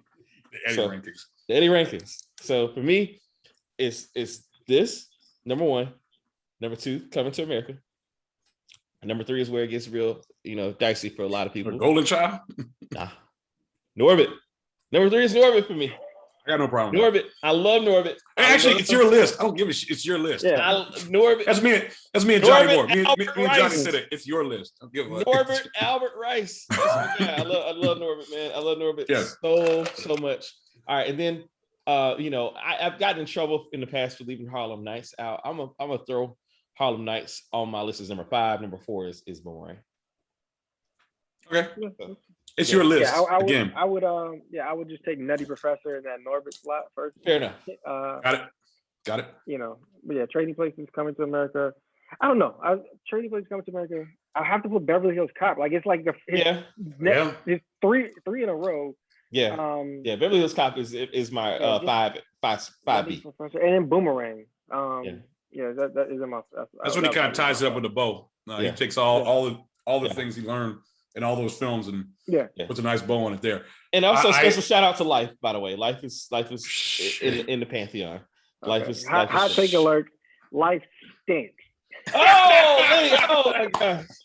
Oh my god. Why is that? You gotta explain that. I can't get beyond the premise. Forgive me, I just can't get beyond. I just don't find it funny that these two people had to spend their life in prison for something they didn't do. No, that isn't funny. No, you're right. That is not funny. I agree with you. I can't. I mean, they're funny lines. Can't get right. There are little parts that are, but I can't consider it a funny movie just off the premise alone. That's just me. Yeah, I'm in the vast minority with that. You're right. No, man. No. It goes to imagine a people so conditioned to pain and injustice. That sounds like an ad for a 30 for 30 job. Imagine. Yeah, but we are. We are. Yeah, you're right. Such that we've suspended our belief, right? Oh, that really happened. Yeah, we're perfectly fine with going to a movie to watch two of the funniest people who ever lived live in prison for 60 years. Yeah. Okay. Yeah. And laugh about it. Yeah. It's in Shawshank. It's not Shawshank. No. It's definitely not Shawshank. It's not Shawshank. I was gonna say I just watched Dreamgirls the other day. Okay. It was on HBO Max. Turner Classic Movies is doing some kind of very cool retrospective right now, and they were suggesting all these great things for me to watch. And Dreamgirls, man. Eddie was great. Yeah, Eddie's on fire. Sometimes you might forget because there's some duds. There's some daddy daycares and there's some Dr. Doolittles and checks. But that and then he got like 7 kids, so checks. But I mean, you talking about Dream Girls, and then you get to what is what's the one he just did? Dolomite. Dolomite. Outstanding. They just won't give him. I mean, he still has his fastball. If he's willing to do it, he still has what it takes to make a great movie. Without question. And as I watched it, and I think I called you, Calvin, after I watched it. No, I called you. Yeah, we talked. And we talked about if he had just to me it was between him and Alan Arkin. And if he had just done it, and if he had just done the drugs on screen instead of like cutting them up, if he snorted the coke or whatever he was going to do on screen, I think it would have made the difference because Alan Arkin snorted heroin. I think he was snorting. He was on heroin, but the point being, it was more alluded to because it's DreamWorks, and they were it's ice and frilly, and if that had been on Miramax, you might have seen the needle go into the arm, and you might have seen it might have been Pulp Fiction, the blood go back up through the canal, but they weren't doing all that in that nice sweet film, and so as I watched it, I called you like, Eddie was on fire, man. For the moment he's on the screen, and every scene he's in, he's literally on fire. We had one of those conversations that this podcast was born from. This is like that kind of conversation that me and Joe. I mean, like again, we just have these conversations about movies. We love movies like this, man. And you're right, Joe. He was. I mean, I was very upset when he didn't win. For James Thunder. Yeah, he was too. I was not as upset as Eddie. Well, no. I think the most upset I've ever seen was him, and then definitely Murray, but also Murray should have been up like a couple times, and he just wasn't nominated. I don't know. But he was really angry at Lost in Translation. Like I think he thought I thought he was winning that year. I agree with you. I think he should have been nominated though for Rushmore too, as a supporting actor. Sure. But when Sam lost to Martin Landau. Yeah, and that's a bad one. And he's like, damn, like that. But he said on Barbara Walters, he was gonna say, come on, baby, let's go. Like if he loses, and he basically did that. Now he's an elder statesman, and he's in the pantheon now. So unfortunately, probably be like a humanitarian Gene Herschel thing they're gonna give him one day. But nonetheless, to Lenny's point, if they write it well enough. And he concentrates. He's got the chops. He can. Yeah, he has the chops. He definitely does. I mean, he picked it up like that SNL. Like once he started with that, and he came back. Yeah. I mean, he was throwing fastballs like the gun just for what he did to Michael Che and Joseph when he was the Gumby on that scene. Like they were so their job is to make people uncomfortable, and they were so uncomfortable where they had no idea what he was going to do, and it was perfect. It's awesome. Yeah, Jeff Garland was saying when they did do Daddy Daycare, which to your point was just, I mean, who knows why he made that film, but when they did do Daddy Daycare, he was saying that they were like, who's the smartest person you ever, worked with? And he's like, oh, it's Eddie. Because every time there was a quip, or every time there was an ad lib, or every time there was something like that, Eddie had it faster and had it the fastest. And he said, even when you tried to come in better, his was 10 times better than whatever you had going on. And his instincts were always right. And so I think, it's like, you sit up there with this legend, and this guy doesn't, I mean, this is what he does. This is who he is. Yeah. So Che and is it Jost or whatever? Colin Jost. Yeah. I know they're good at what they do, but they're one of 90 different groups of people that have sat in those chairs. And there's one Eddie Murphy. And so I don't give a damn how many little comedy specials you guys do or Izod ads. There's one Eddie Murphy. Okay. And it's like they've had so many variations sat in that chair since 1975. But there's only been one guy. One Eddie. So it still blows my mind. He did that at 21. He did Trading Places at 21 years old. This was 83. It was shot in 82. He was born in 61. Yeah. Okay. I'm blown away by the fact that a 21-year-old was getting off like that. And no, but he's rare. He's rare. Yeah, I agree. So that brings us to the end of this particular episode. But Joe, it's a big week, man. Got a birthday coming up. You have a birthday. I'm very proud of you for that. Thank you. Congratulations on that. Have another solar return, as they say. We was wolves, we was kings. So I'm woke. Another solar return. You're 79? Yeah. Okay. Class 7. I'm born in 79. 1979, so I'll be 42. I'll be 42 on Wednesday. Or if anybody, wants to wish me well, I'll be born. I'll be celebrating my born on day that. And so to that point, because I'm going to travel a little bit, we're going to record early. Yeah, we got a couple actually. We got a couple coming up. So we got one that had been on the can for a little while. It was one that we had been talking about doing that we had to postpone for a bit. We're gonna do that one Sunday. Yeah. With DC. With DC, that's gonna be Do the Right Thing.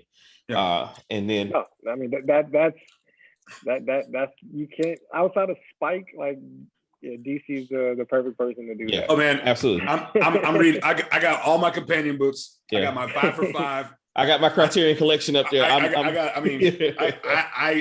When we did the Oscar show, he's riffing off names, and I'm like, God, man, what the I'm like, okay, bro, okay, he knows. All right, I'm listening to the director's commentary for this. DC knows his stuff. Yeah. How many commentaries are on the Criterion? How many different commentaries? Oh man, it's a few. So yeah, I thought so. Yeah, I'm curious. So I got to do my homework this week, but there's that, and then on Wednesday we're gonna do it big, man. Another Eddie Murphy. July 2nd, 1992. Yeah, big one. I had just come home from the South Central Region Jack and Jill conference. Yes, meeting some young ladies from Beaumont, Texas. I took a calipigious young lady from Plano, Texas, to see that film in July '92. Yeah, so we've been waiting for this, and this is gonna be we got all the pieces together, Joe. We got we're good. All the players. All the players. All the players together. This is gonna be a big one, guys. We're gonna do Boomerang. Looking forward to it. Man. And this is a special one. We all have, we're gonna bring back the category of who you relate to, because got some serious who you relate to's on this one. I'm all of them. Gerard. I'm all of them. Yeah, I was gonna say, I'm definitely Gerard. I got a lot of Gerard. A lot of Gerard. A little bit of Tyler. A lot of Tyler. But I called myself Marcus Graham my first month at Howard. I'm sure. And I have a friend, Ann Lambert, my friend Ann Francis Lambert, who's now a city council person in Richmond, in wonderful Richmond, Virginia. And she called me Marcus for years, and I was like, I had to tell her, Marcus. It's really Joe. It's Joe. Really Joe. I'm sorry. But yeah, I'm looking forward to that, man. Looking forward to that. But Lenny, thank you. Hey, Lenny. Woo, my man. Thank you. I'm happy to be a part of this. You all doing a great job. Keep it up. Thank you. Thanks for inviting me. This is you went at regular speed, man. But when you re-listen, 1.75, baby. 1.75, 1.5, 1.75, 1.8. Whatever worked. Once I see that 2.5 hour mark, I'm like, all right. Yeah. No, we did good tonight. We did good. We did pretty good tonight. Yeah. It was for us. What shout out were you about to give, Joe? Shout out to Reese, man. I'm wearing some. I've been waiting to wear a Sterling shirt during EP. So my godson just graduated kindergarten today, so I wore this for his Zoom. Nice. And then I said, "Oh, I'm just keep it on." I had a Venezia. I don't know, Venezia soccer jersey that just came in. A kit that just came in for it's part of our my fantasy football league, our league jersey, La Liga as we call it. There's a number of football fans in my American football fantasy football league, but not so much so that we have a kit. Well, so can I shout out real quick Liverpool for you guys follow? You got a soccer jersey on, Lenny. Like, did you see? That's a Black Star. It look like the Black Stars. Yeah. No, this is gone. I'm a massive Chelsea fan. That Alisson goal. I mean, Woo! my goodness. I was rooting against him as hard as I possibly could, but that goal, like, that's a Cinderella Disney, everything rolled up into one. Joe, are you on it? Do you know what happened? All right, so tell me. Here's the deal. And I saw it advertised though on Peacock. I think I saw it advertised on Peacock. Yeah. So Lenny's point that right now, what happens in English Premier League is that the top 4 teams in the English Premier League at the end of the year get to play in the Champions League. Right. And you told me that before. So Liverpool's had a horrible season this year. We've dropped so many points to like the bottom teams, the teams that have been relegated. And so we're fighting an uphill battle. Manchester City and Manchester United have locked in the first 2 spots. And so Chelsea, Lenny's squad, Liverpool, my squad, third, and Leicester City are fighting for 2 spots. So these 3 teams are fighting for 2 spots. So over the weekend, Chelsea beat Leicester. Okay. And so that opened up like an opportunity for Liverpool to make up some points. All right. But actually, no, what happened? This actually happened before this, right? So that happened before. That was the day before. Day before. So the day before this, like Liverpool was facing West Bromwich Albion. I can never pronounce their name, but like one of the bottom feeding teams. Like they're already relegated. Nothing to play for at all. Okay. Got it. The match is tied 1-1. And it's in stoppage time. You know, they add because the clock doesn't stop in soccer at all. They add in time at the very end. Time.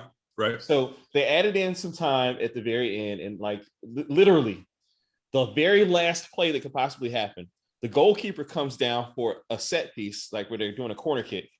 The goalkeeper comes down, and usually when this happens, the goalkeeper's just there, like, as an extra body or whatever. Perfectly placed pass to the goalkeeper, who happens to be the tallest player on the pitch at the time. Yeah. And he hits a header, which is a perfect. I've not seen a striker hit a header this perfect all season. Perfect header into the goal, wins the match. Only the 6th goalkeeper to score a goal. Wait. You're telling me? I'm sorry. Yes. You're telling me the keeper, Liverpool's the goalkeeper, guy from the other end came from the other end. The way heads the ball into the net. Perfect. Like, it's one of those that, like, how arrogant is that move though, to leave? Well, no, it's all they had. They had to throw everything they had. It was the literal last kick of the game. Like, Liverpool has done some of the craziest stuff. Like, there was a match 2 years ago in the Champions League where they were down. Like in Champions League, you play a home match and away match, right? Mm-hmm. And like, so you get points. Like if you score away goals, you get points, all this kind of crap. Okay. The long story short was that Liverpool had to win this match by like a score of 4-0. They had to win it by that exact score. Liverpool did some shit where they scored it was 3-0, and then they did this crazy corner where they are pretending to kind of walk away from the ball, so everybody's walking away from their move from where they're supposed to be. Mm-hmm. And then all of a sudden, Trent Alexander-Arnold does a quick kick into the box, and Wijnaldum scores on that, or was it Origi? One of those two score on that real quick, and it's just like every time it's desperation time, Liverpool does something crazy. And that was Madrid. Yeah, it was Barcelona. That was Barcelona. Yeah, against Barcelona. So, Liverpool, we're cardiac, I had given up. I was going to make breakfast. I was like, man, screw this. Our season's over. It's going to be Leicester, So, Lenny, you guys are good. All you really have to do is, you got Aston Villa. We win and we're good. Aston Villa, man. Losing to Arsenal was a killer. But if we win, we're good. But we also have another bite at the apple because we got the Champions League final. So we beat City once, beating them again. I don't know, but we'll see. City, please beat City for me. I hate City so much. Joe, La Liga, man. Y'all. So who loves soccer in La Liga? Everybody. Smitty, Chris Sweeney, Sweeney. I don't know if Cash loves soccer or whatever, but he's always. But Cash should jump on board. Yeah, I don't know. I don't know his his involvement with that, but sure. I know I got the kid. Sweeney put it up. I'm sure Smitty got it. another guy that you don't know, Coleman, a bunch of like cats are Mahad, but cats are fans. Bryce, cats are fans. Okay, so, I figure Bryce is a worldly guy. You know, I know Bryce. Yeah, so cats are fans. So. So the league is called the league. It was called the league. So this ain't much of a derivation. Fair enough. But the logo is the La Liga logo. Fair enough. Okay. It's the exact same. It's La Liga. And they'll this time of year, there's not a lot of football talk. Yeah. So there's a lot more. I'm going to say soccer. Soccer helps. There's a lot more soccer talk. It helps. There's a lot more soccer talk. But we ain't talking baseball in there. So there's a lot more soccer talk, and we're not, and it's a basketball thread, so nobody's worried about that. So you just go over there and talk there. But yeah, man. So you got the Vinicius Junior jersey? Is that what you said? You got? No, I don't know how to pronounce it. It's Venezia. It's a black, green, black, orange, black, green, black. I have no idea. I'll send you. I'll send you a screen. Yeah, I think. Venezia. Okay, yeah. Venezia. This is dope. They're Italian league. Okay, yeah. Sure. With a lion. Okay, I'm trying to think Spain. Okay, is it a lion with wings? No, there's nothing. Well, yeah, there is a lion with wings on the patch. Yeah, okay. On the patch. Yeah. I wore it out. Oh, you can't see it. I can't see it. I wore it out the other day, and somebody looked at me and they were like, "Oh, okay." And it's funny because I own now two jerseys. So I've got the Atlanta United, the Atlanta United, the black kit, the new one. Shout out to young Mike Summers, the CMO of the. I can't call him by his nickname, can I? No, you can. Well, you can call him. Yeah, he doesn't mind. White Mike. The CMO. White Mike. The CMO of the United, and I was pumping gas, and some guy walks out. And he points to me like, "Yeah," and I was I did this. I have no idea. I just swore because my boy. I told him I get the kid, and the guy's like, "Yeah." Atlanta has something special though. They got something special with the MLS. I went out. My good friend has season tickets, and I went for a game. Took my kid down there. I mean, you're talking full, completely full, 80,000 people for an MLS game. That's impressive. We don't have that on Sunday ball. There's way more people there. I mean, it's I hate the Falcons. So I'm gonna talk trash about them if I get a chance to. So unless the Falcons, it has to be week 14. No, and look, we were at the Saints game together, weren't we? In 19, it was Thanksgiving night. Yes. Yeah, we were at that game. I'll never forget. My wife's supposed to have the tickets that night, and then none of her line sisters, they were like, "Look, we've been cooking, we're tired, we're not going." So she was like, "Just go." I was like, "Okay." So I was like, "All right, sure." So I go. I call Spitz. Like, "Yeah, let's go." I pick him up. We walk into the first, and there's like 20,000 people at gate 1. Yeah, it was a sea of humanity. 20,000 people at the end of the first quarter. Okay, walking in black at gate 1 for this prime time game. No other games happening in the NFL. It's Falcons Saints. Like this is very big. This is very big rivalry, and we walk in, and it is a party. I've never been to one of those games that's ever disappointed. Like those games are parties, but they're better. The night games are far better. Than that 1 o'clock. That 1 o'clock game with the roof. It's a whole different atmosphere. Give me a night Saints game over, and it should be late in the season. I don't need I think in 18, I think we played like early. I think it was like the second or third game of the season. We should play when it matters. We should play when it really matters. I remember. I'll never forget. Drew rolled out to the side. Literally in my end, I sit in the end zone, 118 lower section, and you see it's like I'm looking at him. He rolls to the side, and they go to try and tackle him. He spins off. I'm like, oh shit, here we go. Walks in, and then you hear this cheer come up. Like, what the heck? What? And there's a lot of gold in there that day. And I was in 18, but in 19 it was at night.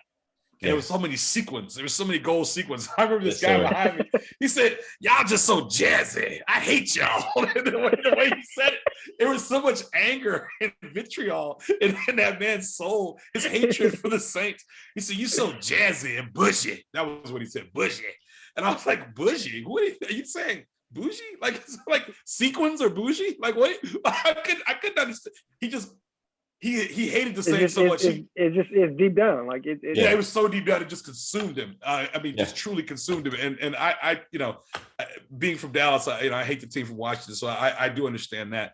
And all the NFC East teams, I do understand that, but not nearly. It's not nearly the same. We hate them. I know.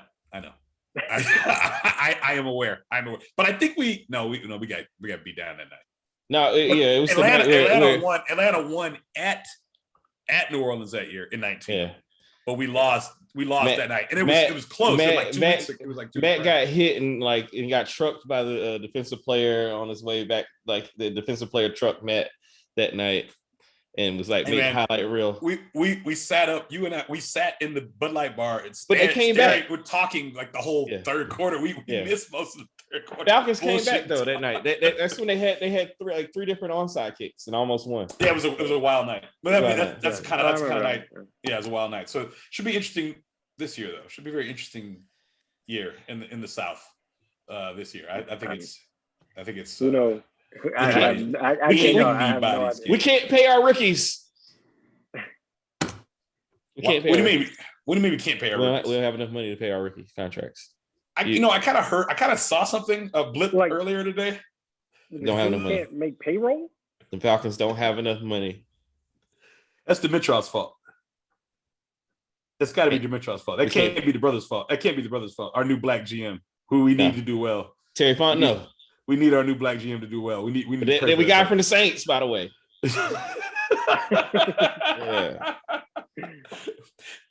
That's crazy. No, I didn't realize that. So Pitts doesn't have a crazy rookie deal. He came in at 4. They have no money to give him. Can't pay the rookies. So we're gonna have to. Matt need to restructure that deal. Well, you know what's gonna happen. They're gonna let Julio go. You said it already. They got to create $10 million in cap space. What's he get? 11? Something like that. Yeah. Well, that'll kill my Madden. Quintorius is gonna win a Super Bowl playing for somebody else. Yeah, get him out of the South. He'll go to Dallas. They give him 88. Give the kid will give up 88. No, he could be 11 down there. Yeah, actually, if he would, shit. Imagine if Jerry picked him up. Yeah, they have the kid. They got Amari and him. Yeah, that would be. So, jeez, oh my God, he'll probably go to Belichick, man. Yeah, I think Belichick is the most likely taker. I mean, the press talking about for $1 million. Yeah, we can keep talking about Julio Jones leaving the Falcons. Thanks, Lenny. Things are going so swimmingly. We want to go back to the Steve Gleason blog in the. I mean, we can go back. Oh man! We can talk about the Superdome opening. I mean, look, however much you want to go, I'm here.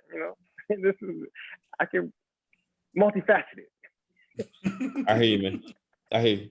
Well, guys, it's been a great episode of the podcast. No, seriously, Lenny. We appreciate you so much, man. Oh, truly. Thank you so much. I appreciate it. Appreciate the invite. We're gonna be back. We're gonna be back. Shout out to Reese.